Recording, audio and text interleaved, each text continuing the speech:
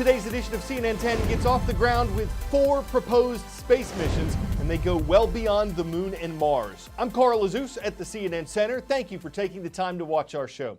NASA, the National Aeronautics and Space Administration, has 4 ideas it's looking at as possible future missions. 2 of them would focus on Venus, 1 of them would explore Jupiter's moon Io, and 1 of them would fly by Neptune's moon Triton. I keep saying would because these are just ideas at this point. They'll each be researched by a team over a period of 9 months. And when the final proposals are made, NASA will then decide whether to turn them into actual missions. So what would scientists hope to learn from all this? As far as Venus goes, one thing they're interested in is its atmosphere, which is toxic. Another is the planet's surface, which is hot enough to melt lead. Venus's scorching rocky landscape could be mapped. Jupiter's moon Io is believed to be the most volcanically active place in our solar system, so NASA would like to find out more about the eruptions that happened there. And Triton, a moon that orbits Neptune, could also be mapped and studied to see if there are signs of an ocean beneath the moon's surface. None of these missions would involve astronauts. Robotic spacecraft would be doing the traveling, and of course, all of them would come at a cost. In fact, the teams that are assigned these subjects will each receive $3 million just to come up with their proposals.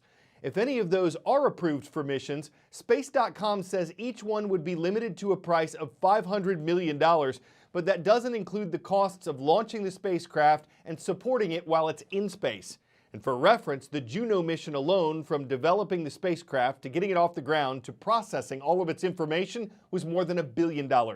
NASA could choose to give 2 of these new missions the green light. 10-second trivia. The northern and southern kingdoms of what nation were unified in 3100 BC? India, Egypt, Persia, or Japan? Events around the year 3100 BC resulted in the unification of ancient Egypt. One thing you might notice when looking at many statues from ancient Egypt is that they're missing their noses. Of course, these artifacts are thousands of years old. Someone might think the noses would be the first things to fall or break off, but a museum curator in New York City was asked the question so many times that he started researching why the noses were missing. And he found out that the faces were defaced on purpose. The reasons are complicated. Power struggles between rulers, changes in or disagreements over religion, political division, personal grudges. All of these are likely reasons for the damage, the criminal acts, the vandalism. But why specifically the noses? The curator suggests that because the nose allows someone to breathe, removing it would make that impossible and effectively kill the statue that represents somebody. There are many other ways, including natural ones, that these relics decay or become damaged over the millennia. And ahead of its opening this year, the Grand Egyptian Museum hired a number of experts to bring artifacts back to nearly original condition.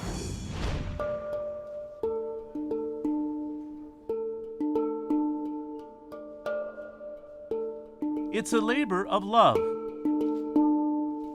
An army of conservationists and archaeologists are delicately and skillfully restoring a treasure trove that's over 3,500 years old.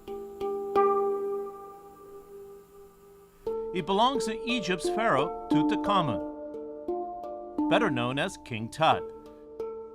This facility's 17 laboratories are being used to restore up to 50,000 artifacts of this nation's most precious relics. Up to 40 Japanese experts are overseeing this vast conservation project, from training local personnel to using their own high-tech equipment. The technologies we brought for this project is like X-ray radiography, and 3D scanning, and also like high-spec digital microscope, which can do the investigation without distraction. The glass over here is fantastic because the visitor, once in the galleries, can see the face of the statue of Ramses II. Egypt's treasures are being restored for their new home next door, a $1 billion museum at the edge of the ancient pyramids of Giza. The Grand Egyptian Museum will show more than 20,000 artifacts that have never been on display before. They were hidden in storerooms, in magazines of the Egyptian Museum at Cairo, in storage facilities all over Egypt. More than 7,000 construction workers are building this massive museum thanks to a loan of $750 million from the Japanese government. It includes a conference center which can house up to 1,000 participants of a conference. It has a cinema theater which can have up to 500 visitors, and it has about 28 shops and more than 10 restaurants. It has really the potential of being the resource for more tourism. After the conservation work, it will attract more people to the museum, and I think we will contribute to this industry, touristic industry, in the future. Business news. Some American retail companies are just now reporting what their sales were like for the 2019 holiday shopping season, and at least for brick and mortar retailers, companies with physical stores, it wasn't great. Walmart is the biggest retail company in America. It says in the few weeks before Christmas, there was, quote, softness in sales of toys, video games, and clothing. It did see growth at its stores and websites that had been open for at least a year, but the increase wasn't as big as investors expected. Part of the reason for this? Thanksgiving fell later in November than usual. There were 6 fewer days between that holiday and Christmas. That gave Americans less time to spend money. And Walmart's not alone. Target, Kohl's, Bed Bath & Beyond, they all struggled last season. We told you yesterday how Macy's plans to close 125 stores in the 3 years ahead. There were exceptions, though. Costco did well, TJ Maxx had good sales, and Amazon had what one business writer described as a blowout holiday stretch. Despite its disappointing Christmas sales, Walmart said its largest business, groceries, is doing well, and the company expects a strong year ahead.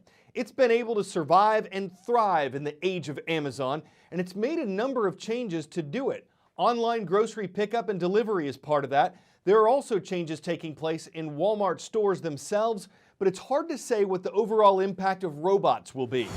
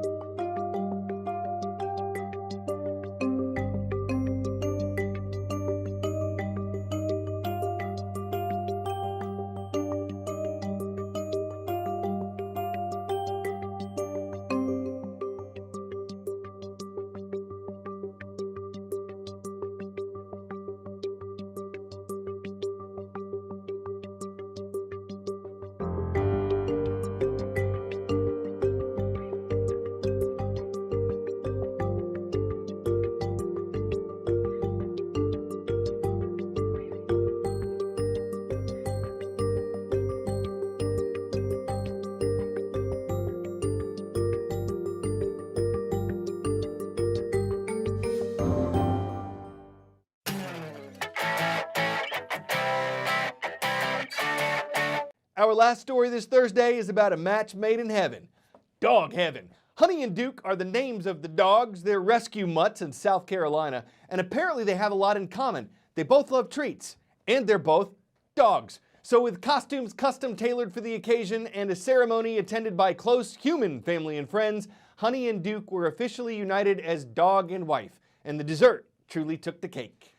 To heel and to hold, from this dog forward, for Barker or worse. Guess you could call that howly matrimony. They might have a leg up on human weddings unless they needed a pre-puptial agreement, but we wonder what the groom will do when he sees his first Honey Duke list. Listen, it's time for us to scoot, but not before we mention Monticello High School. It's in Monticello, Wisconsin. Thank you for subscribing and commenting on yesterday's show on YouTube. In fact, that's the only way to get a mention on our show. We thank all of you for watching CNN 10. I'm Carl Azuz.